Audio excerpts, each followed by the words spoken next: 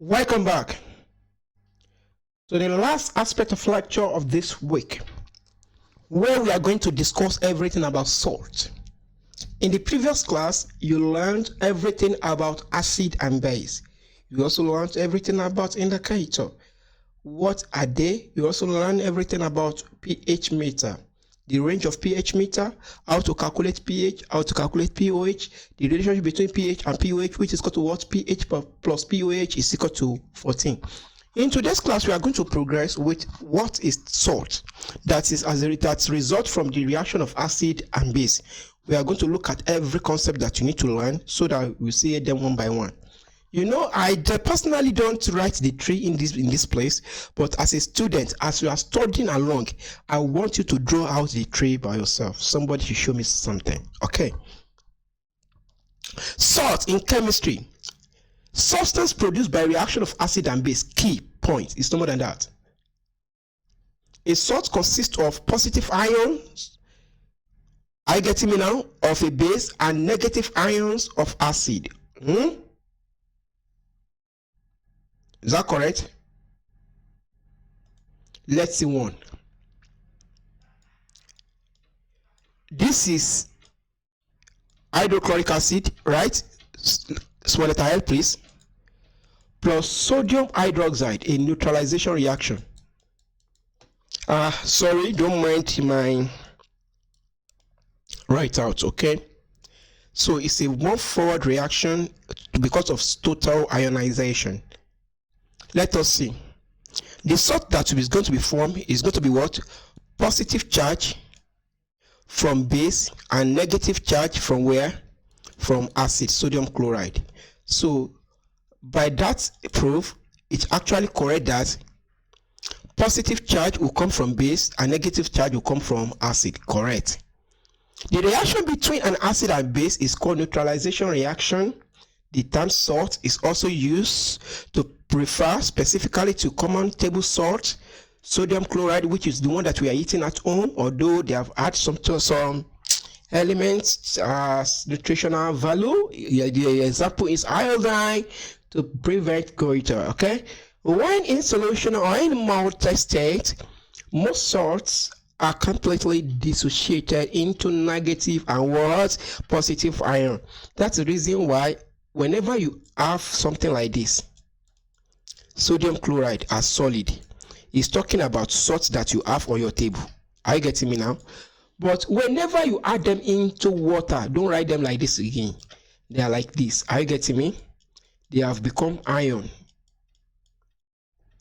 So this is now in aqueous solution. In aqueous solution, they will become ions, and that's the reason why you won't be able to see them with your eye. But those one that does not dissociate, you can see them in solution like that as solid. Okay.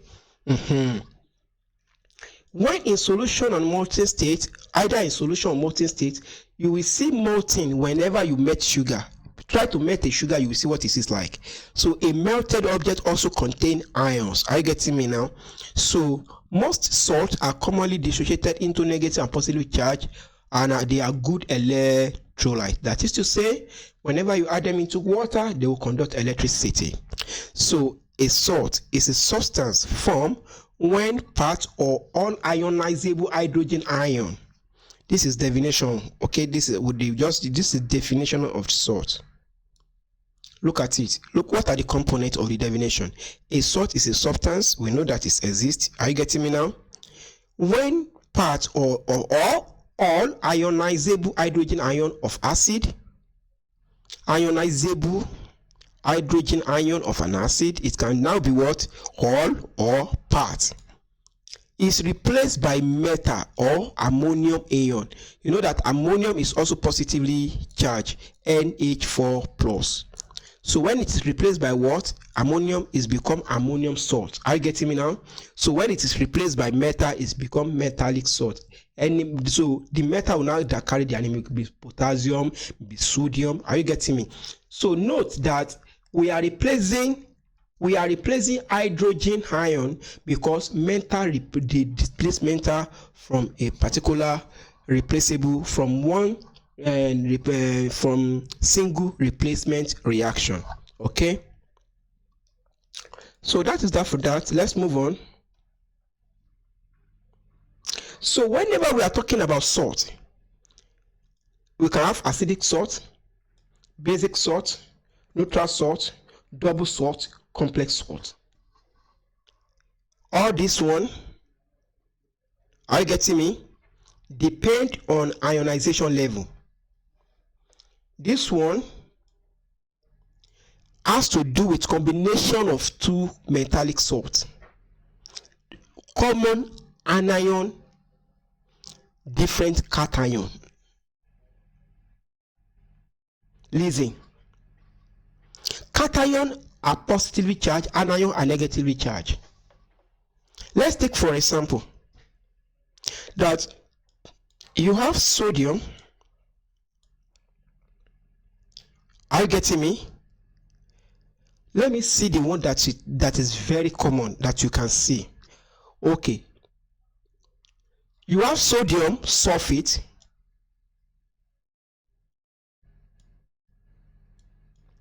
And if this formula will correct, this one is going to be, this is -2, this is +1, so this one is going to be 2. Sodium sulfate, right? Okay.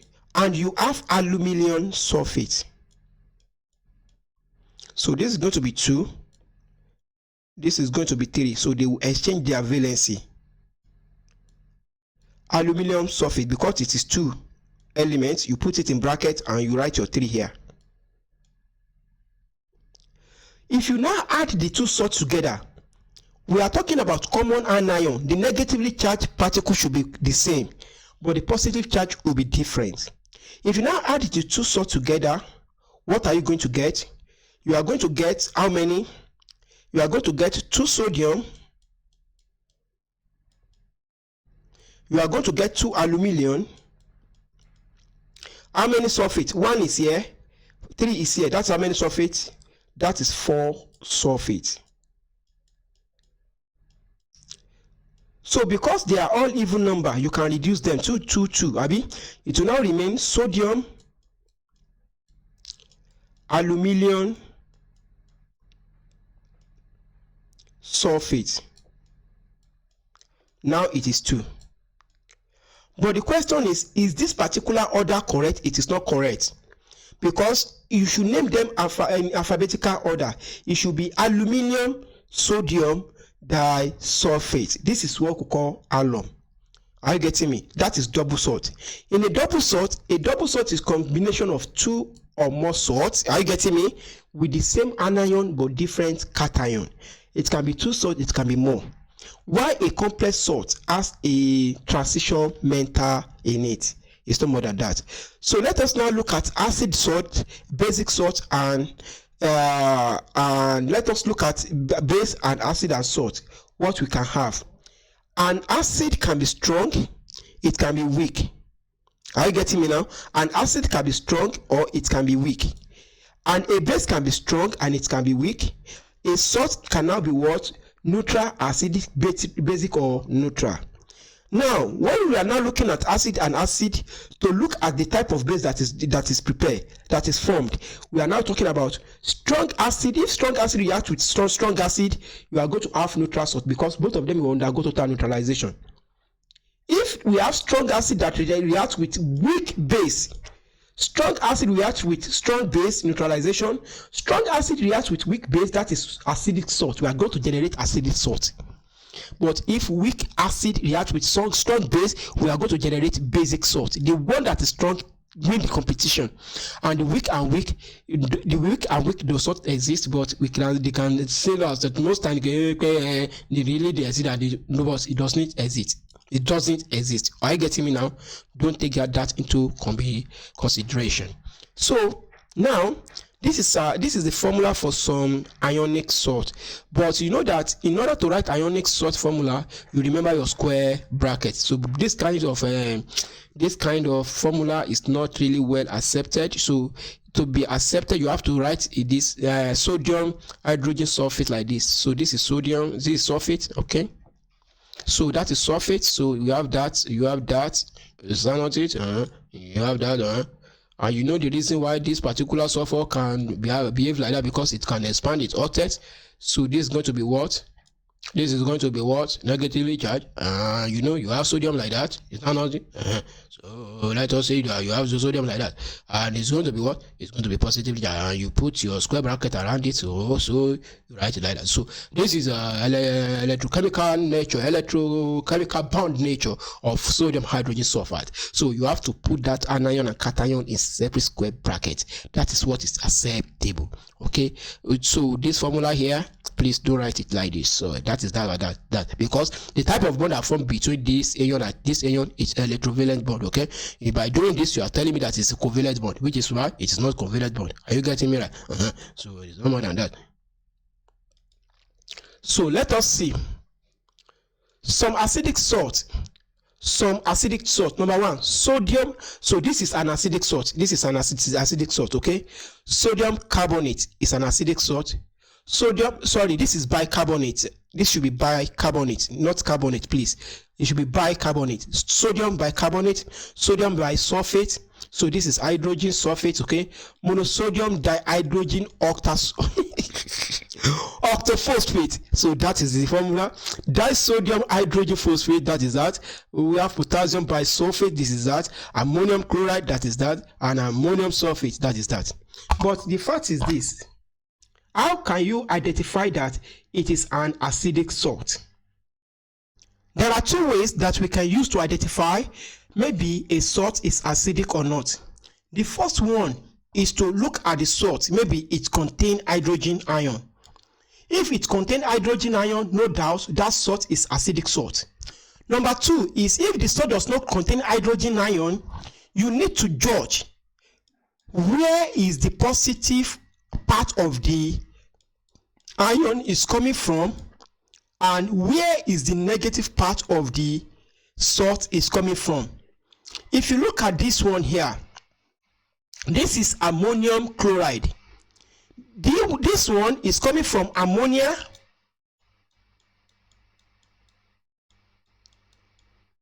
Are you getting me? Why this one is coming from hydrochloric acid? This acid is a strong acid that dissociates completely, while this base is a weak base. Are you getting me now? Ammonia is a weak base. So if you look at this situation, this is salt of strong acid and weak base. In that case, this salt is going to be what? Acidic salt. This salt is going to be what? Acidic salt. So there are other salts that we can talk about so that you can see what we are saying in this place. Another salt is sodium phosphate. Sodium phosphate. Not even sodium dihydrogen phosphate. We are talking about sodium phosphate. So that's sodium phosphate. And this is 3 minus. So 3 is going to be here. Are you getting me now? This is sodium phosphate. If you look at this salt, is it acidic salt or basic salt? If we note it very well, this one is coming from strong base, while this one is coming from weak acid.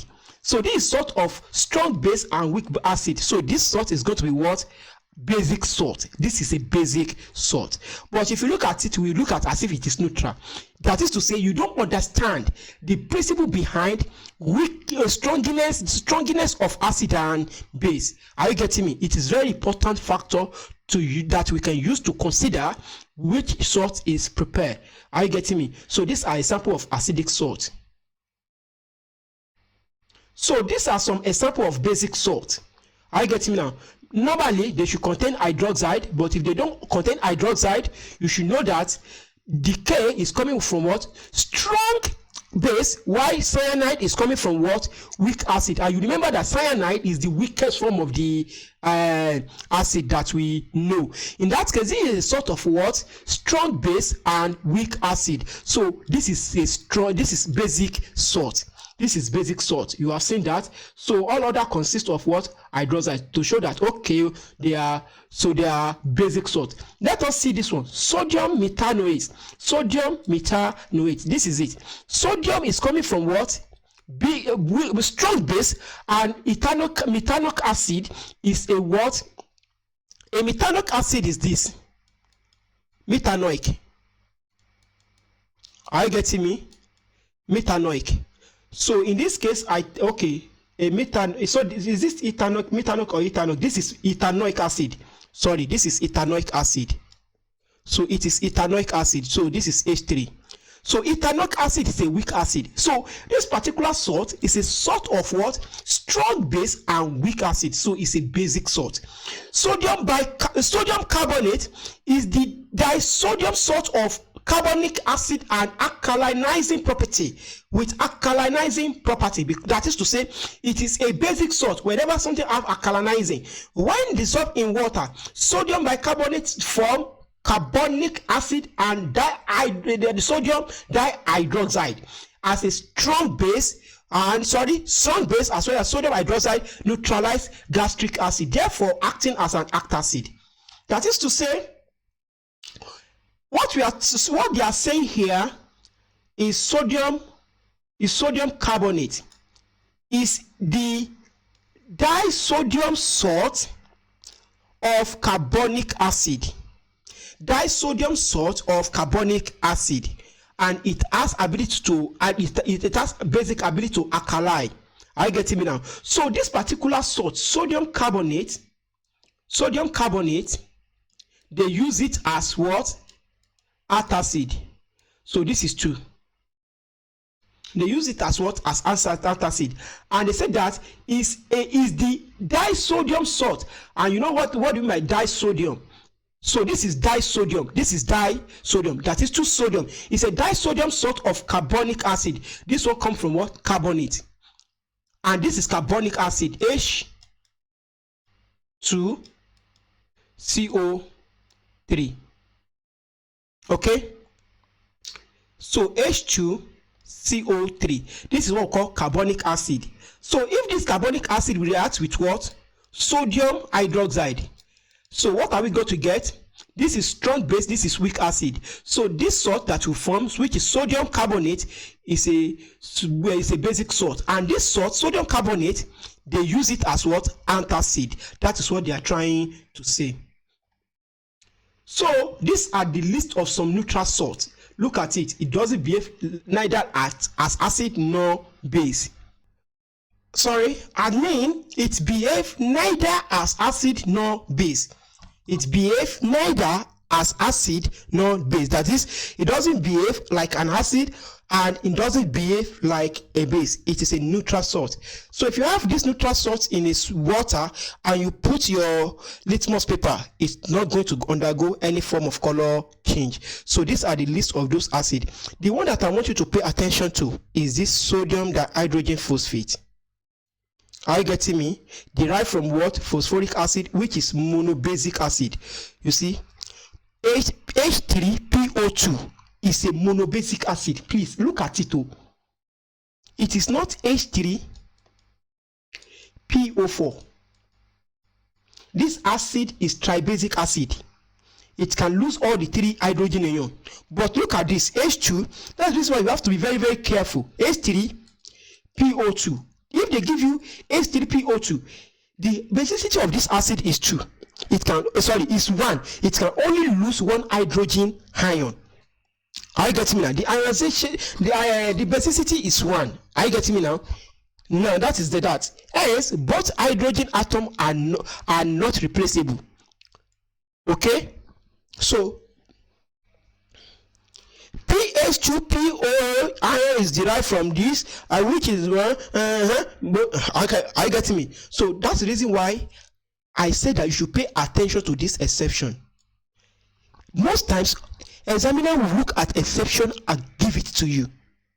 They will ask you which of these following is a neutral salt, and they will write everything that contains hydrogen, including this one, and you won't be able to identify that sodium dihydrogen phosphate. So it's what? It's a neutral salt. It's a neutral salt. It's a neutral salt because H3PO2 is a monobasic acid.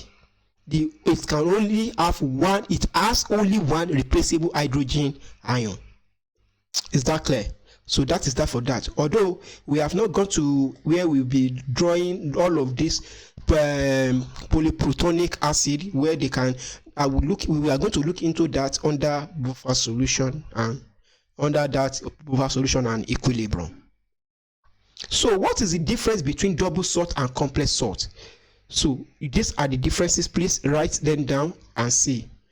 So it consists of what? Two simple salts. I have told you that in equimolar proportion, equal mole. Okay, it consists of two.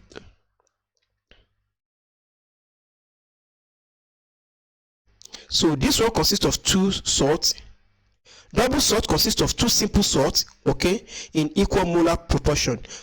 The complex salt, the simple salt from which they are formed by what? By equivalent. It is not equivalent.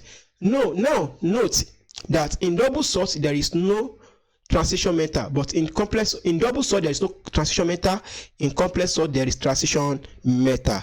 Are you getting me now? This does not have any coordinate complex. This one have coordinate complex, because anything that is complex in nature, anything that has transition state in the transition metal, they have coordinate pair. Okay, they have coordinate pair. Sorry. Now, these are examples of some double salt. These are examples of some double salt. These are examples of some double salt. Their formula can sometimes be highly intimidating. Are you getting me now? So you have to be very careful. So this is it. This is NH4. So this is NH4. But just notice that they exist. Okay, just notice that they do exist. So number one is more salt of ammonium, more salt of ammonium iron 2 sulfate. Okay, ammonium iron 2 sulfate, iron aluminum ammonium sulfate, ferric ammonium oxalate, alum potassium aluminum sulfate. So this is alum potassium aluminum. This is aluminum. This is potassium. So that is to say, the name is alum. They call it alum. This is our alum that we are using. Alum is what? Potassium aluminum sulfate that we buy in market. Okay, so if you want any source of potassium, go and use alum. If you want the source of aluminum, go and use alum. You are going to find it there. Phosphogenate, lead carbonate. That is the phosphogenate is what? Lead carbonate chloride is also a what? Double salt. It's also double salt. Potassium, ethambium oxide, all this one, they are double salt. The reason why we are showing you all this is to see the list of some funny chemicals that actually exist around us. So this is a sample of a complex, of a complex salt. This is a complex salt. This is a complex salt because of presence of what? Central atom and the coordinate pair. So this is coordinate pair. This is coordinate pair. So this is a complex salt. Are you getting me? So this is potassium. So this one is acting as positive, while this one is acting as negative. So we are going to name this one first before naming this one. So this is the rules for naming coordinate compound. This is the naming. This is what we can use to name a coordinate compound.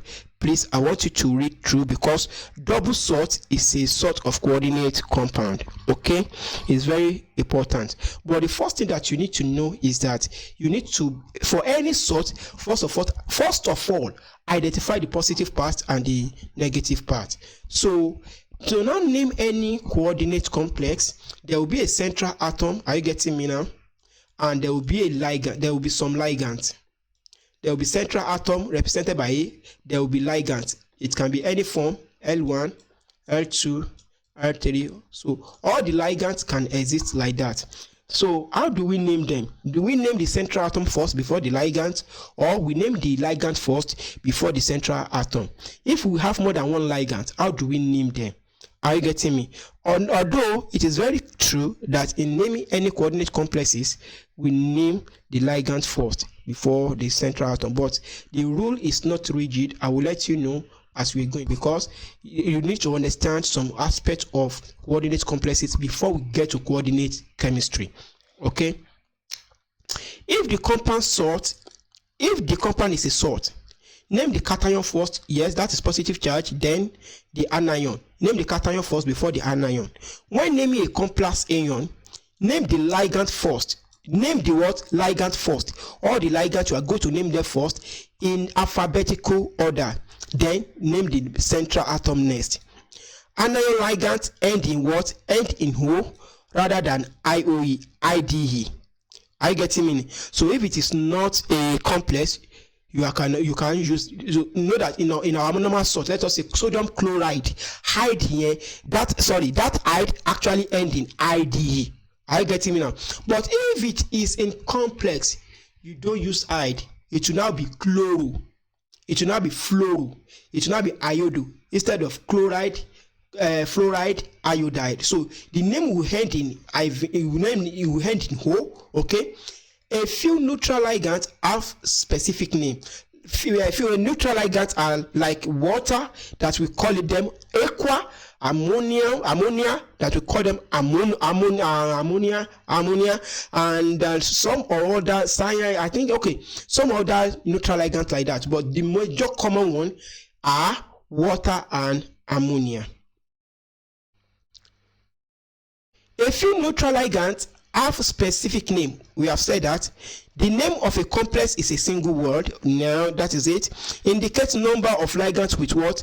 Di, tri, tetra, maybe tetrahecu, the difluoro. That is it like that. Ligand, list ligand alphabetically. That is the same thing that applicable to organic compound. All ligands must be named alphabetically. Bromo before fluoro. Are you getting me now? Bromo before difluoro, because di is not part of the name. It's not part of the name of fluoro.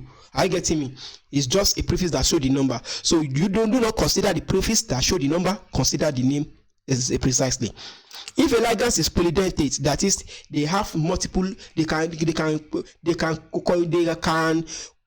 donate more than one bond. Are you getting me now? If it is polydentate, or its name contain a Greek prefix, but the ligand name is parenthesized, and then use the alternate prefix like bees, trees. You know that if it is monodentate, you use di, tris, but if it is polydentate, you use bees, trees. Okay, there are pentakeys and hexakeys also. This keys of a thing, this is IHC, is showing that there is many, that is, the ligands can contribute more than one bond to the central atom, such as this case. Let us look at this general form. That is to say, we have central atom. Okay, we have central atom. This is first ligand, this is second ligand, this is third ligand, this is fourth ligand. So let us now see a case whereby this particular ligand, this one can contribute more than one bond. That is to say, if this is ligand, it will make another bond like this. If it can make another bond, that is, it will make another bond like this. This is a single ligand with 3 bonds to the center atom. So the remaining one are ligands that donate, that able to make only one bond with the central atom. Okay, use Roman numeral in brackets, right, after the naming of metal. After naming the metal, specify the metal oxidation state, and you know how to calculate oxidation state. You don't know it for now. If the metal is an ionic complex, because we have cation complex, we have anion complex. Those ones that are anion, they are negative charge, like this one that we have here. This complex here is what?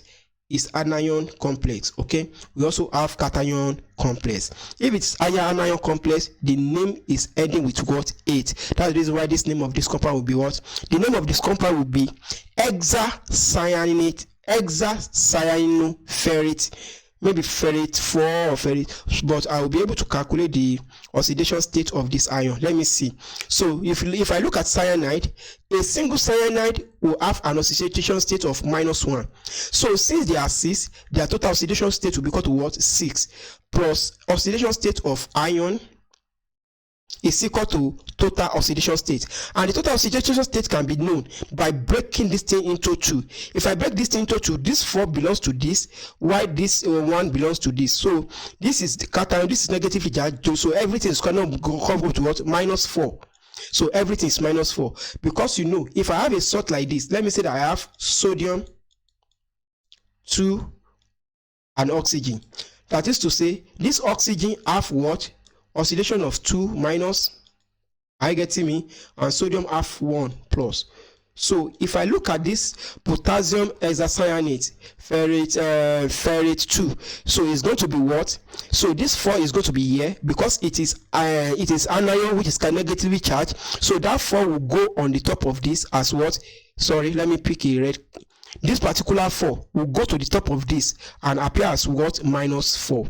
In that case, everything will be appear like this. So let us now solve the equation and see what it is like in nature. So if I do that, this one is negative. So since it's negative, I will multiply it by C minus C. So if I take this one to this side, it becomes plus C. So I will be having iron to be equal to what? -2 minus 2. So that's the reason why, because it is -2, so it's going to be 8. I get it now. That's the reason why the name of this thing is 6-cyanate ferrate 2. 6-cyanate ferrate 2 iron. So we are now going to say that hexacyano, because each of these cyanates make a single bond with the central ion atom, with the central atom, which is iron. So hexacyano ferrate 2 iron. So that is that about that. So just note the rules in this place to name that particular coordinate pair before we get to the main aspect of the chemistry. It's just an introduction. Okay, so some complex salts. These are some complex salts that we have in nature. Are you getting me? These are some complex salts that we have in nature. So that is that for that. So CO, this is carbonate, nickel carbonate. This is hexaamine chromate 3 chloride. So in that case, hexaamine chlorate, this is chromium 3 chloride. Since it is ion, that is to say, this particular complex has positive charge. It is not negative charge. If it is 8, it is negatively charged. Are you getting me? Now, this one called tetraaminocupric sulfate. Tetraaminocupric sulfate. So this is the coordinate aspect. Are you getting me? This is just the anion part. It's not part of the coordinate pair. Are you getting me? So let us see potassium ferrate cyanide. Potassium ferrate cyanide. In fact, this name is not completely indicated as principle of IUPAC nomenclature. This should be what? Potassium hexacyanate ferrate 2. This is the correct name. So these are several ways. These are a list of number as well as their Greek form that you need to understand. Okay, these are numbers and their Greek meaning. This aspect is showing their number and their Greek meaning that you need to know. So 20 is what? Icos. Are you getting me? Tricos is 30. We have them like that, but at least the maximum that you can still work with now is 20.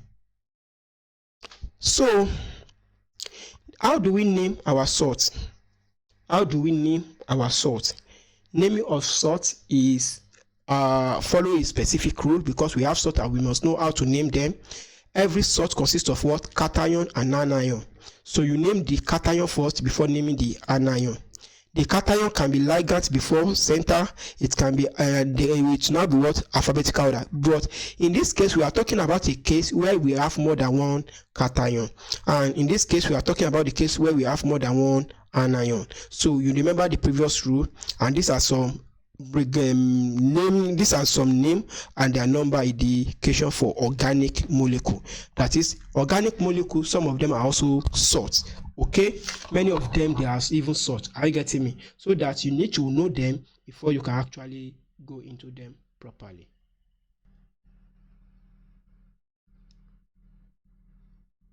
So the test tell you that you should understand number prefixes. Are you getting me?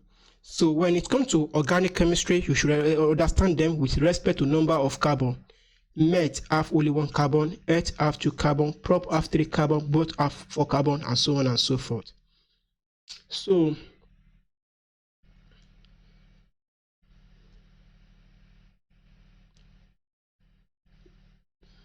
this aspect is showing us some electronic configuration states. We have ground state, excited state, ionization state, because we know that salt in solution exists as ion, and before we can form salt, an ion must be formed. So we have positive ion and negative ion, and that ion is actually showing something that is really similar to our oxidation state. So that's the reason why this particular salt here, all of them are complex salt. Are you getting me? All of them are complex salt. This is one complex salt, this is another complex salt. So this is the negative aspect, this is positive aspect. So the positive aspect is a coordinate pair, the positive aspect is coordinate pair. So this is complex ion formulae. Are you getting me now? Look at this one now. This is so the complex ion is what? Is this one. You know that this is 3+, so the 3 will come here. That is this. This is, so how do we name this? How do we name this? How many ammonia? That is 6 ammonia. That is hexa amino.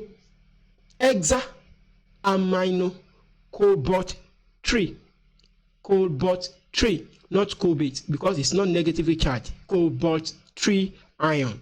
So why this one is what?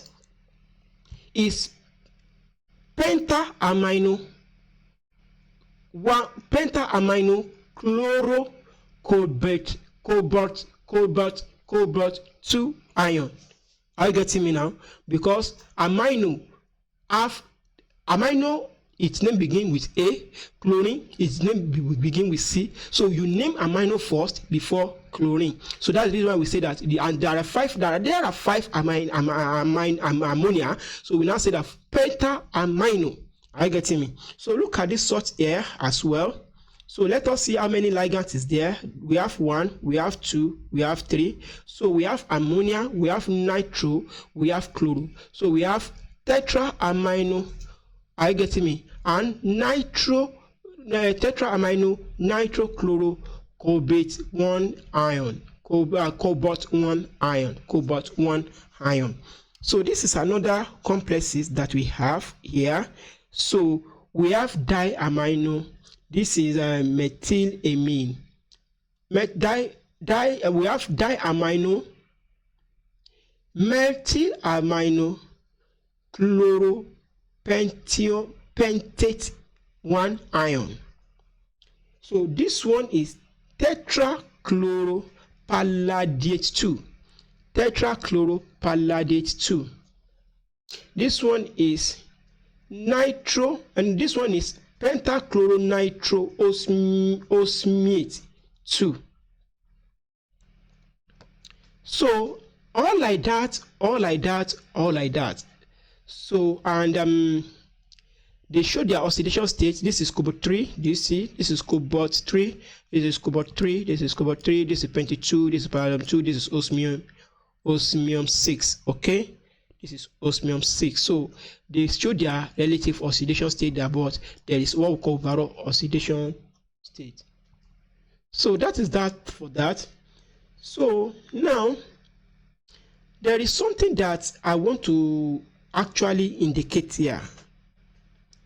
That is electronic configuration of transition metal. You must exercise patience because it's not the same thing as that of our representative element. Okay, so in this one, this particular example here, we actually indicate the electronic configuration of cobalt. Are you getting me? We actually show electronic configuration of cobalt. If we look at it, it is 1s2, 2x2, 2p6, 3s2, 3p6, 4s2, 3d7. But as a science student, you will be asking, why is this 3d7? Although you know that all transition elements, there exist the penultimate orbit. There exists the penultimate orbit, which is this one. Are you getting me? But in this particular scenario, you feel 4s2 before 3d.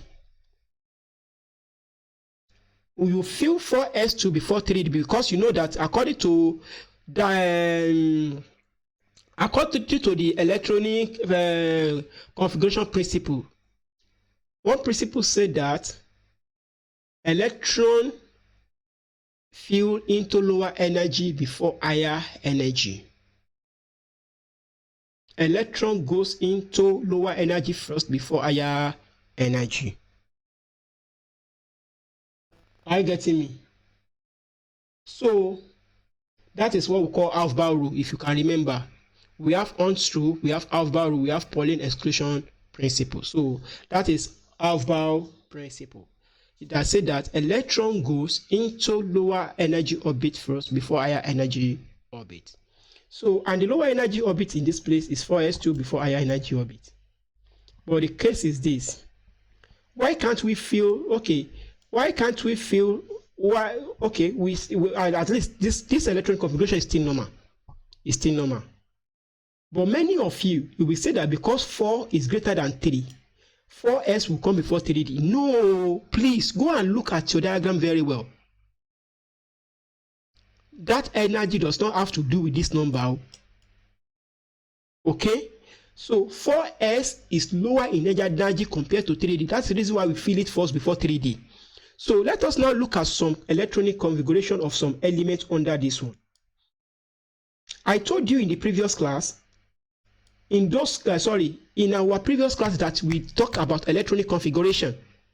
We said that there are some things that determine electronic configuration, but those things are evidence inside our transition series element.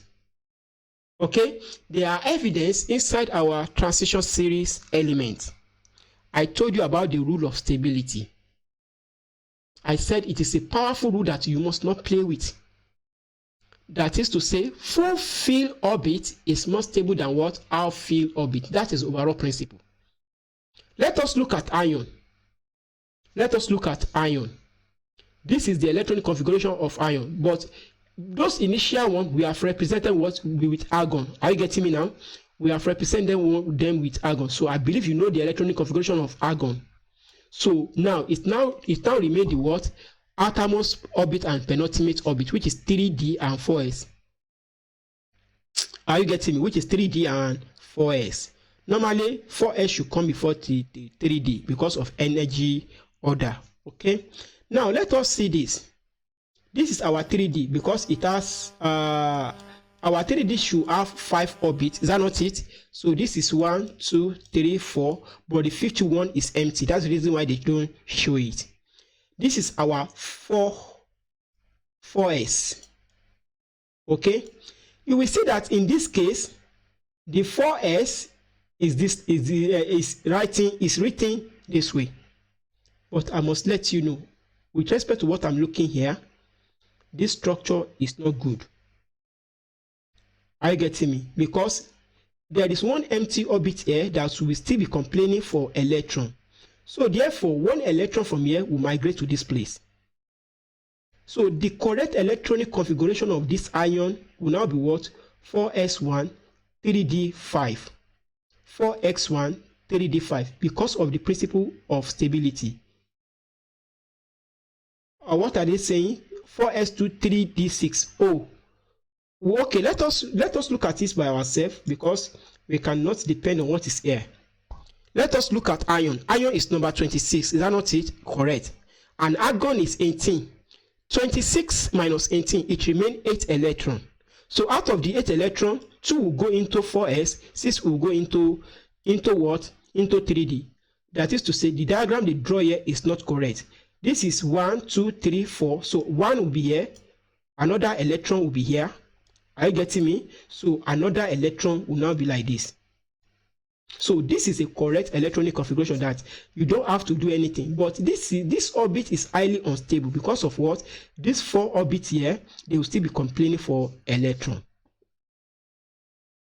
So let us look at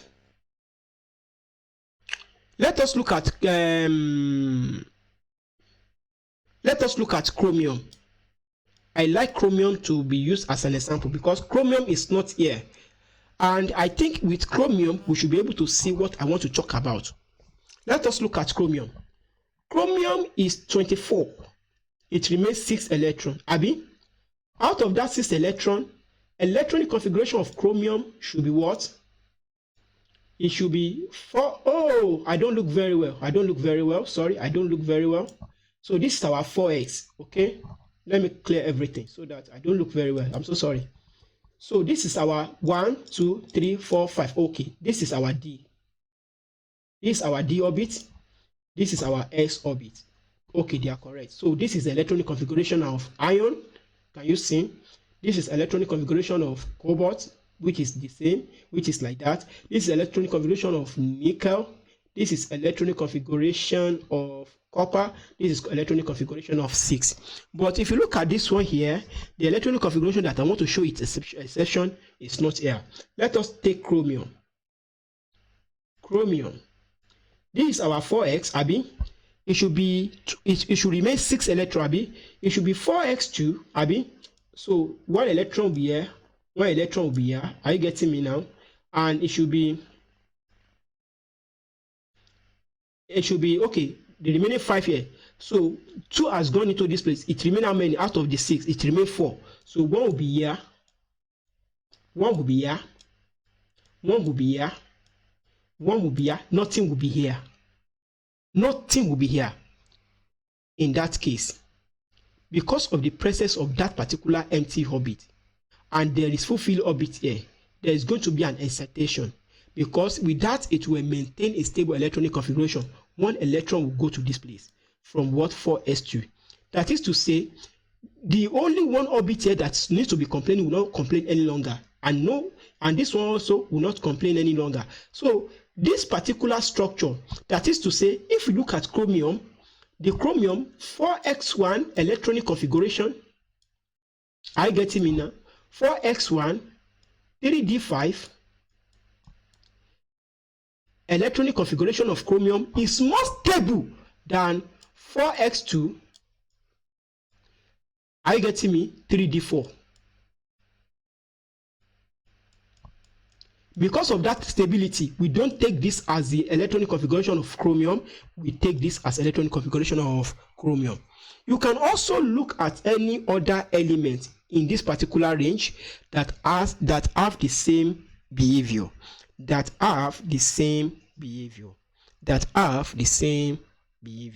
okay?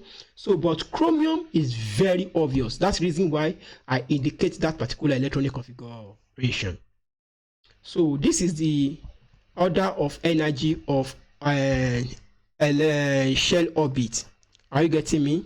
That is this one, then this one first, this one next, this one follow, this one. Do you see that we write 4x, are you getting me, before 3D to show that 4s is lower in energy compared to what 3D. So we have write 4s before 3D. So is that correct? So yeah, that is it. So that is to say 4s before 3D, 4p, 5s, then 4d, 5p. Are you getting me? Just like that. If you understand you. So let us see this in energy profile. This is energy profile. It show energy level as well as what orbit. Let us see. You can see this one is the lowest energy, followed by this, followed by this, followed by this, followed by this. So this is the degeneracy of those orbits, because 2p have 3 degenerate orbits, p orbit have 3 degenerate orbits, while s orbit have only 1. You see, 4s come before 3d. Do you see? So 3d is higher in energy than 3d is higher in energy than 4s, and you have how many degeneracy? It has 5 degeneracy. Okay, like that. Do you see that? So 3d is lower in energy compared to what to 4s is lower in energy compared to 3d, and therefore 4p take that, 5s follow, 3d4 follow, 3d follow, then 5d follow. So this energy profile is very important, and this is the center nucleus where there is proton and neutron. That is the energy order. So these are some salts and their nature. These are some salts and their nature. Note that some of the complex salts are color salts, while non-complex salts are colorless in nature. If you see any salt that is colored, begin to believe that that particular salt has transition metal in it. So like this particular one, iron chloride, light green, and that this particular one, copper 2 chloride, that particular green, this is magnesium chloride. This is representative element salt.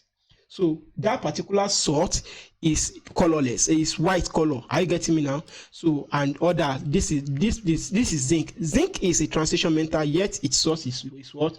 Is white. So the sodium chloride is what we are using at house. So all of these salts, please look at them and their nature. Look at this particular rule. All nitrate salt, if it is nitrite, it's going to be N2. Are you getting me? All nitrate salts are soluble salt. All nitrate salts are soluble salt. These are the all nitrate salts. These are all chloride salts. These are all chloride salts. These are all nitrate salts. So this is oxide salt. These are the list of oxide salt. Are you getting me? Look at them and look at the way they are. So these are some other oxide salt and some metal salts. So salt itself, they undergo some reactions, okay? Double decomposition. So they undergo double decomposition. They undergo some this is a reaction. This is also reaction. Acid plus metal. This is acid plus metallic oxide acid. So this is their. So what we have here is pattern of salt system. Is pattern in salt system. Number one, let me analyze it. Whenever we have salt, the first thing we need to look at is the salt soluble? If the salt is soluble, we go to this place. If its salt is not soluble, we go to this place. If the salt is insoluble, this is the reaction that is concerned with them, double decomposition reaction. For example, look at calcium carbonate. Calcium carbonate is insoluble in water. If you apply it to it, it will decompose into calcium oxide and carbon 4 oxide. That is to say, every insoluble salt undergo decomposition reaction.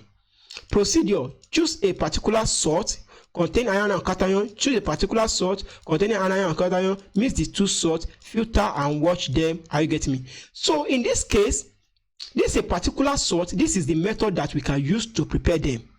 This is a method that we can use to prepare any form of salt that are insoluble by double decomposition. Do you know how we can prepare calcium carbonate? Do you know how we can prepare calcium carbonate? Choose a soluble salt.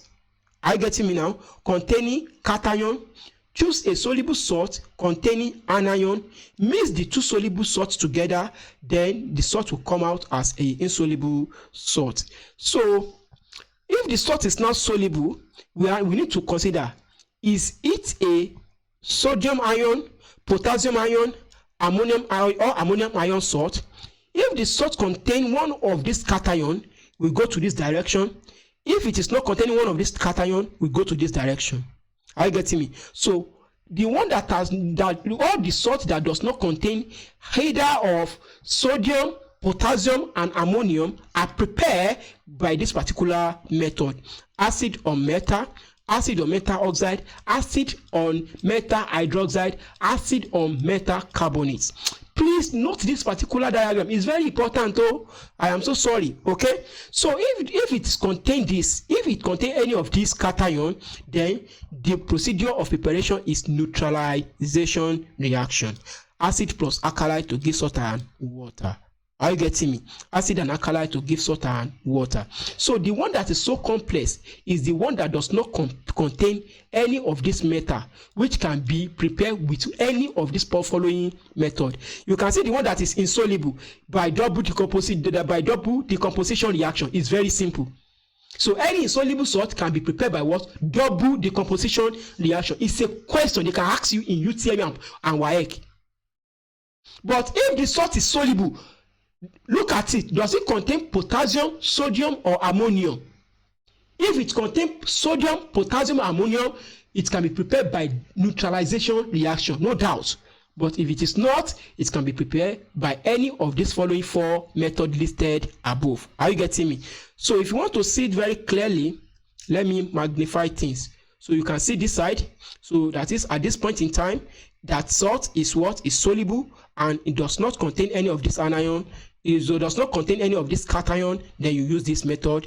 The salt is soluble, it contains any of this cation, then you use this particular method. Are you getting me now? So this is the suitable method that we can use to prepare any salt. So in order to prepare the salt, look at the nature of the salt. Maybe it is soluble and containing any of sodium, potassium, and ammonium. So this one will enable you to know maybe it's going to be prepared by double decomposition, maybe it's going to be prepared by simple neutralization, or maybe it's going to be prepared by one of these following methods: acid on metal oxide, acid on metal on metal, acid on metal oxide, acid on metal hydroxide, acid on metal carbonate. Are you getting me? It's no more than that.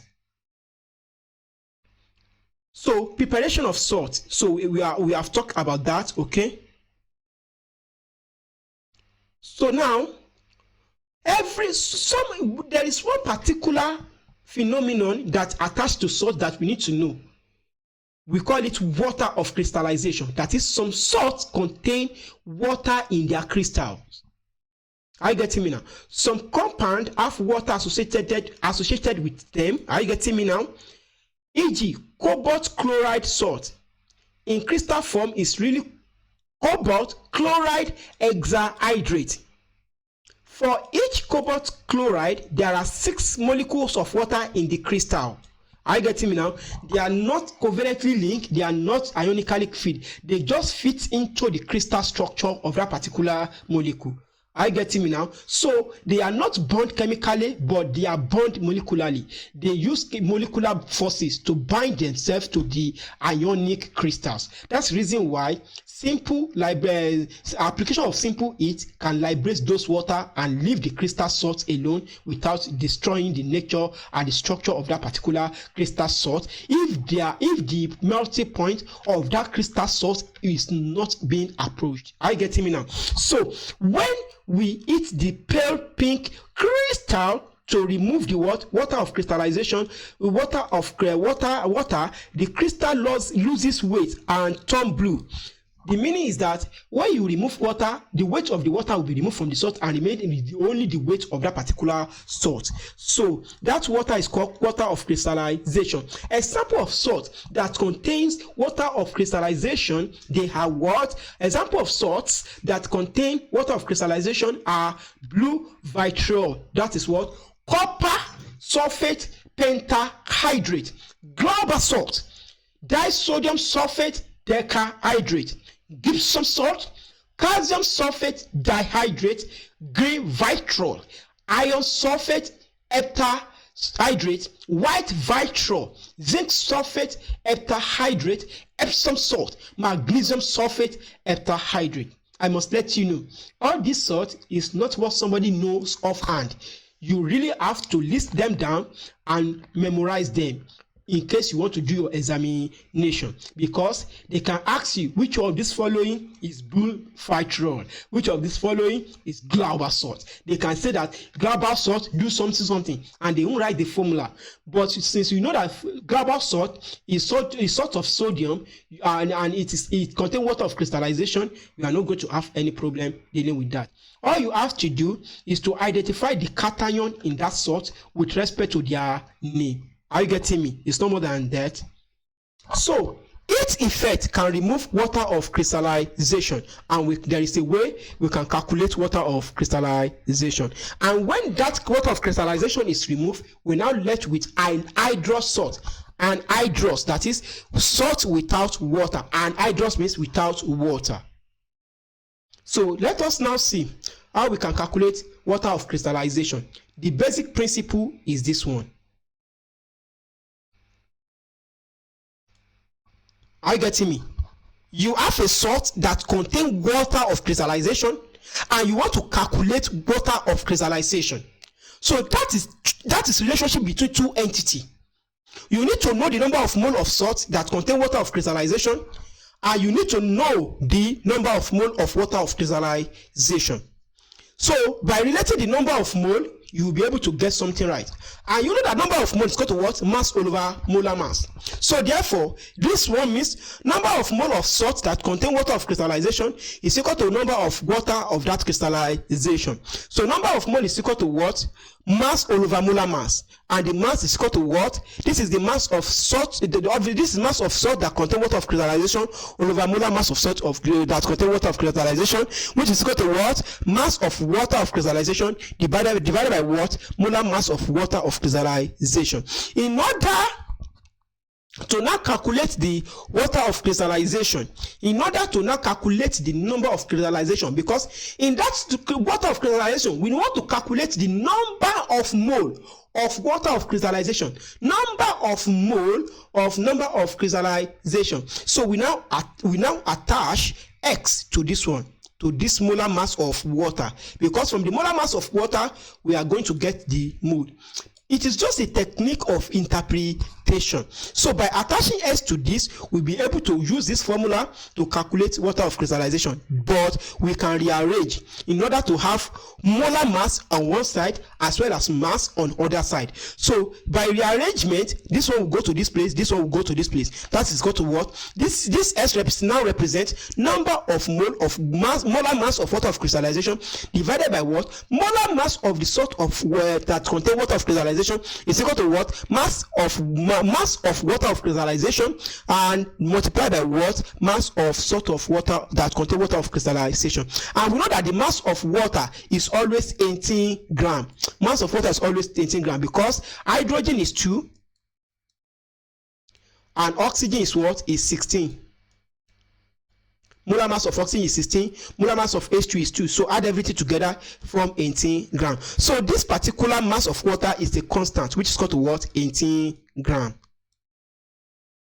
You remember that unit is equal to gram, okay? But you are going to get something right when we get to advanced level. So this is actually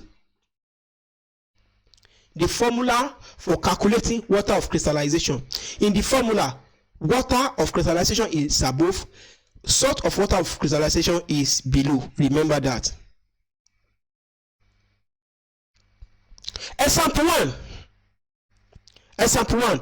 Calculate the number of mole of water of crystallization in zinc sulfate crystallization in zinc sulfate crystal. This should be zinc sulfate crystal evaporated as following. This is zinc sulfate. Are you getting me now? That contain water of crystallization, but we don't know the number of mole of this particular water of crystallization. So this is the salt, and it's undergo decomposition. It's undergo evaporation, not decomposition. Sorry, it undergo evaporation to liberate the water of crystallization. So now, what do we need in order to calculate the number of mole of crystallization? According to that formula, we have X, molar mass of water in the crystallization, divided by what? Molar mass of salt of water of crystallization is equal to what? Mass of water of crystallization, which is equal to what? 18 gram, and mass of what? Mass of salt of water of crystallization. Mass of salt. Okay, so this is now in this scenario. What do we need to do? What do we need to do? What do we need to do? This one is molar mass, while this one is mass. Are you getting me? Don't mix things together. Is that clear? Don't mix things together. Don't mix things together. Sorry.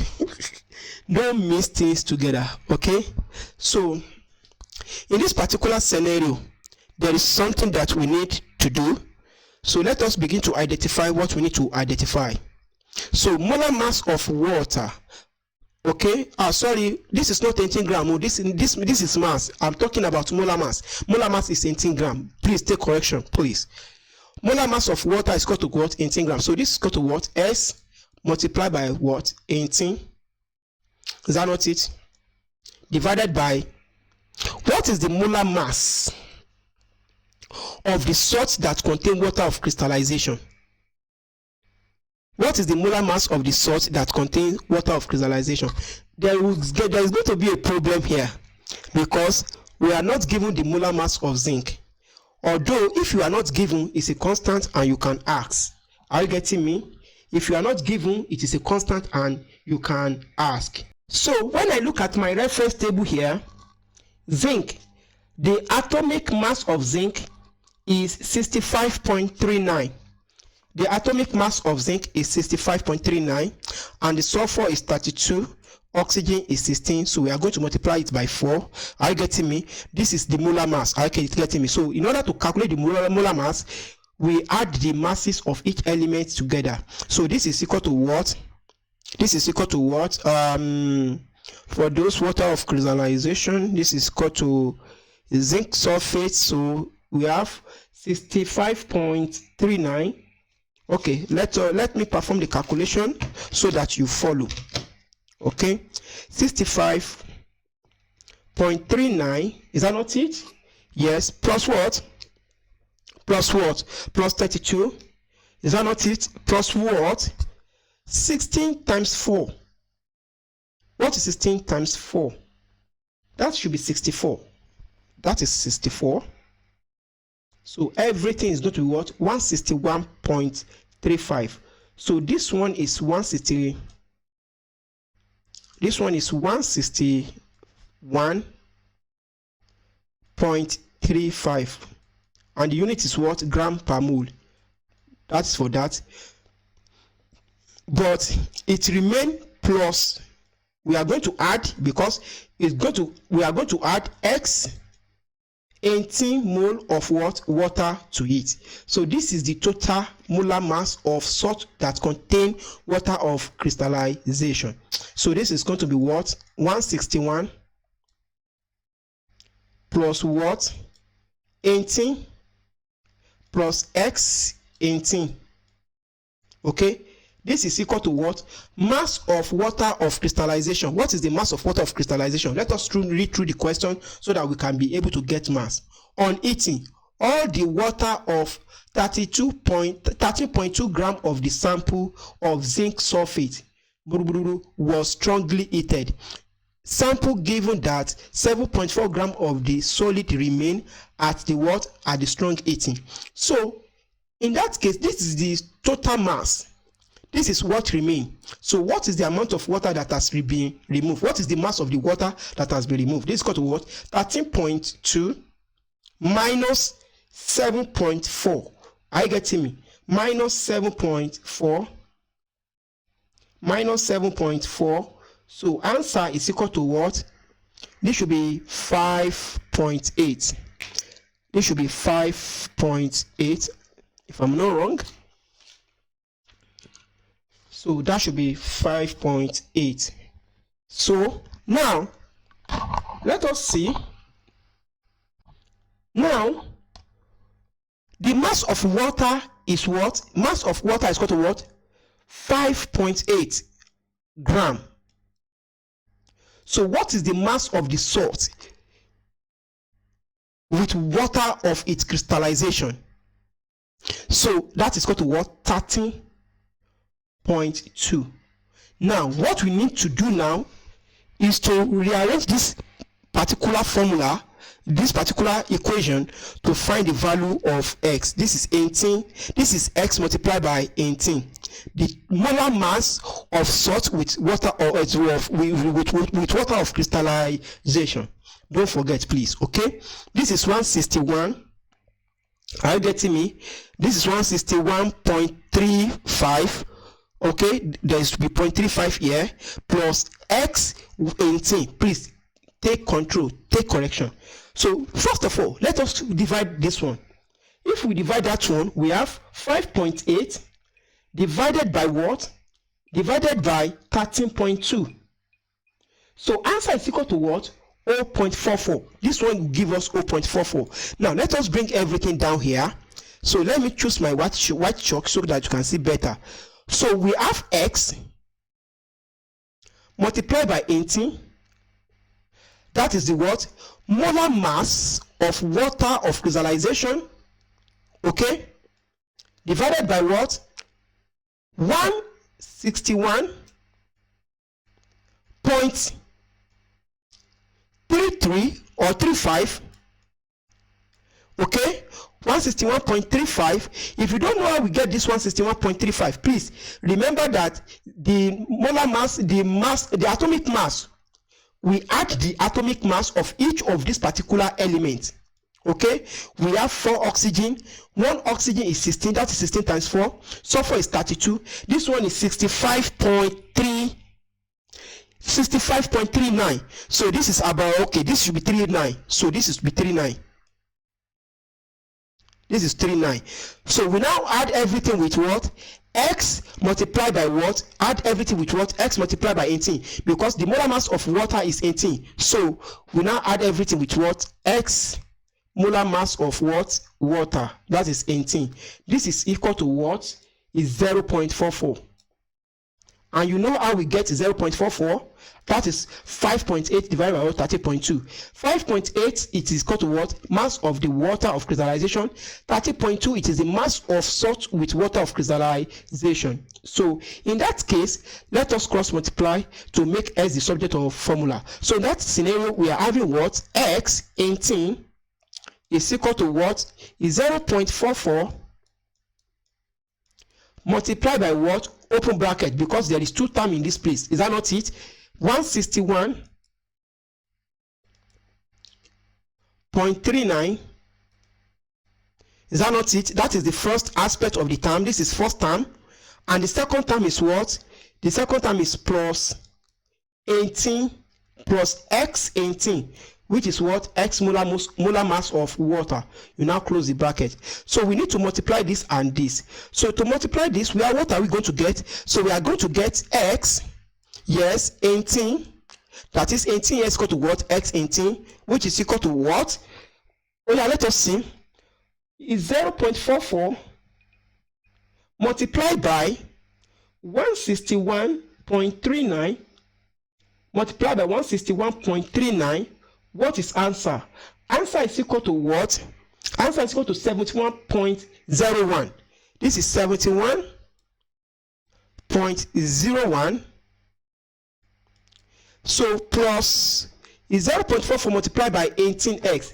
That's going to give us is 0.44 multiplied by 18.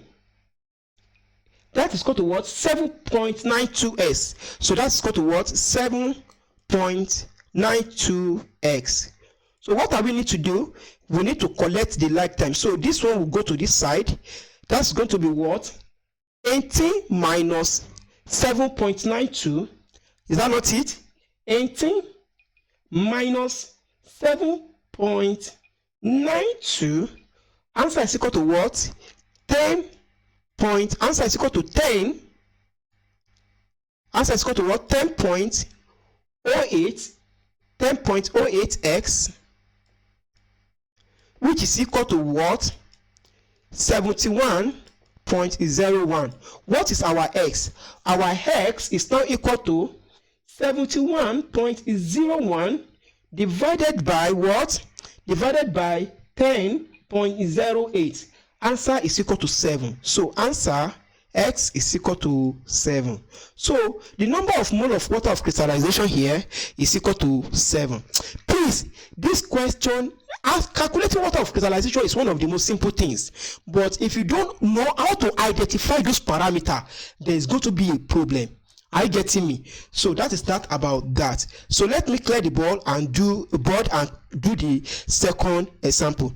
A sample of hydrated magnesium sulfate. This is hydrated magnesium sulfate is found to contain 51.1% of water. What is the value of x? What is the value of x? what is the value of x. To find the value of x, you will know that they don't give you anything directly. Now, the basic concept is that if there is 51.1% of water, are you getting me? Are you getting me? So the total concentration, the total mass of the salt and water is equal to 100%. Are you getting me? Because what you need, it is the mass of the salt that is hydrated, as well as the mass of water, as well as their molar mass. So let us go. Apply the formula again. What do we have? We have x, molar mass of what? Of water in the crystallization, divided by what? Molar mass of what? Salt with water of crystallization is equal to what? Mass of water divided by what? Mass of salt with water of crystallization. Then the mass has now been expressed in terms of percentage. Do you see? The mass has been expressed in terms of percentage. So let us now see. So what is the percentage of water? That is 51. This is 51. This is 51.1. And the mass of salt with water is going to be what? 100%. Are you getting me now? So 51.1 divided by 100. What is answer? 51.1 divided by 100. That's equal to what? 0.511. So the mass ratio is equal to what? Of mass of water with mass of salt with water of crystallization is equal to what? 0.511. 0.511. Let us put that aside. So what is the molar mass of water? Is constant A, which is what? X multiplied by what? 18 gram. Okay. So what is the molar mass of magnesium with hydrated water? Magnesium, molar mass, atomic mass of magnesium, I remember, that is 24. Are you getting me? That is 24. Good. Sulfur is what? 32. Oxygen is equal to what? 16. That is the same way you'll be doing inside your exam. Don't laugh. Okay, now, magnesium is what? 24. Aluminum is 27. So magnesium is 24 plus 32. Is that not it? Plus 64, because 16 times 4 is 64, plus 64. That is equal to what? 120. So all of this is what? 120 plus x 18. Okay, this is total molar mass of salt of water of crystallization. So we are now going to have our equation to be equal to what? 18 x 18, is that not it? Divided by what? 120 plus what? Plus x 18. This is equal to what? 0.511. Sorry, this is 5, please. Okay. 0.511. This is the ratio of the mass of water with mass of what? Salt with water of crystallization. So what do we need to do? We need to cross multiply. So we are going to do it one by one. So multiply this one by 120. 0.511 multiplied by 120. That's about 60. Okay. Let us see. 0.511 multiplied by 120. That is 61.32. So this is equal to, this now equal to what? 18x. That's one. This one that is above, send, then you multiply this. The first multiple give us what? 61.32. Thank you. Plus what? X multiplied by x 18, that is 18 multiplied by 0.5, that's about 5 point something. So that's plus 0.511 multiplied by 18, and then answer is equal to what? 18. That's equal to 9.1. That's 9.2. 9.2. Let me use 9.2. 9.2. Are you getting me now? So this is 9.2, and it has x in it, 9.2x. So we take this one to this side. We take this one to this side. By doing that, what do we have? What do we have? We have 18x minus what? Minus 9.2x minus 9.2x. What is answer? Answer is equal to what? Answer is equal to what? 8.8s. Answer is equal to 8.8s. X is equal to what? Is equal to what? 61.32. Make s yourself. You have the formula. S is now equal to what? Is equal to 1. Is equal to 61. S is equal to 1. 61.32. 32 divided by 8.8. 8.8, 8.8. What is our answer? Our answer is equal to 1. Our answer is equal to 1. 61, 61.32, 1.32 divided by 8.8. What is answer? Answer is approximately equal to 7. That is our answer. With this particular point that you have seen, with this particular step of analysis, you have seen the case where you can be given the mass of the salt directly. You have seen the case where the mass of the salt can be expressed in terms of percentage. So understand the parameter to put into your equation, and always remember what your equation look like. You will not going to have any problem. So now, whenever we are talking about salts that has water of crystallization, they have type. We can classify them into two broad classes. Number one, those one that loses water of crystallization, and those one that absorb water of crystallization. Those one that can lose water of crystallization, we call them efflorescence. Efflow, that is flow out. Efflorescence, lost all or part of their water of crystallization. Oh, let me magnify so that you can see what I'm talking about. Okay, so efflorescence lost all or part of their water of crystallization on exposure to what? Atmosphere. Let us look at those ones that can absorb. We have deliquescence, absorb a large amount of water on exposure to atmosphere and eventually turn to solution. They absorb and turn to solution. Are you getting me? While this one, hygroscopy, absorb moisture from the atmosphere but not turn to solution. They turn to paste. Are you getting me? Usually, this one, they are used as drying agents. They can ask you which of these salts, based on their water of crystallization, is used as drying agent. That is hygroscopic salt. Is used as drying agent. Example of hygroscopic salt is calcium oxide. So we have some common names, chemical formula, and we have chemical name, we have formula, we have acid base or salt. Is salt acidic basis or is neutral? Are you getting me now? Acid base or salt? Is it acid? Is it base or salt? Is it a fluorescence, hygroscopy, or deliquescence in nature? So we are going to look at all those and be able to identify them by now. So look at the table. The first one is what? Solid caustic potash. Solid caustic potash. The chemical name is potassium hydroxide, and the formula is what? KOH. It is base. It is deliquescence in nature. That is, if exposed to atmosphere, it will absorb water and turn into solution. Another one is quicklime, which is calcium oxide. The formula is calcium and oxygen. It is also a base because oxide of metal are basic in nature. Are you getting me now? But oxide of aluminium, note it is amphoteric in nature. Note that thing very well. The alkali metal, the alkali earth metal, as well as what? Other metal. So therefore, quicklime is hygroscopic substances and can be used to dry gas. Okay. Oil of vitriol. Oil of what? Vitriol. It is sulfuric acid, which is called to what? H2SO4, tetraososulfate 6 acid.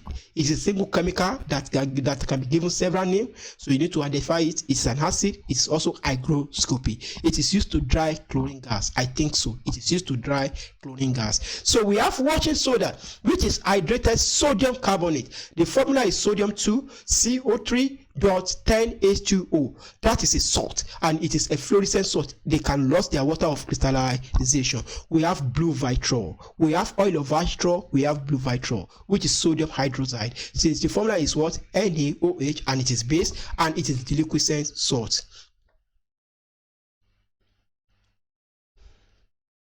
So these are the list of deliquescent substances of salt. These are the list of efflorescence. These are the list of hygroscopy. This is just part of the efflorescence. Remember all sort of crystallization, the Glauber salt, the Epsom salt, they are also deliquescence in nature. Some of them are deliquescence in nature. Are you getting me? Not all. Some of them are deliquescence in nature. All you need to do is to list down all these salts. Now, when we are not talking about salts that can be used as drying agents, we have salt and we have all gases that can dry. Are you getting me? Example is concentrated H2SO4. Whenever we want to use that acid as a drying agent, it must be concentrated. It can be used to dry all gases, but never use it for what? Ammonia gas. It will react with ammonia gas. Are you getting me now? Except ammonia. Fused calcium chlorate. It can be used to dry all gases except ammonia. Calcium oxide. It is the one that we can use to dry ammonia. Diphosphorus pentaoxide. All gases except ammonia. But silica gel. It can be used to dry all gases. The one that are very important to know is the one that is used to dry specific acid, which is what? Calcium oxide for what? Ammonia. Are you getting me now? As well as what? The silica gel that can be used to dry all gases. And you should note, all other one that is listed here, we cannot use them for ammonia. So these are some salts and their name. These are some salts and their name. So this is the end of this particular class. We are going to meet in the second aspect of this tutorial, and I wish you happy examination and preparation for the next class. Thank you for listening. ABP.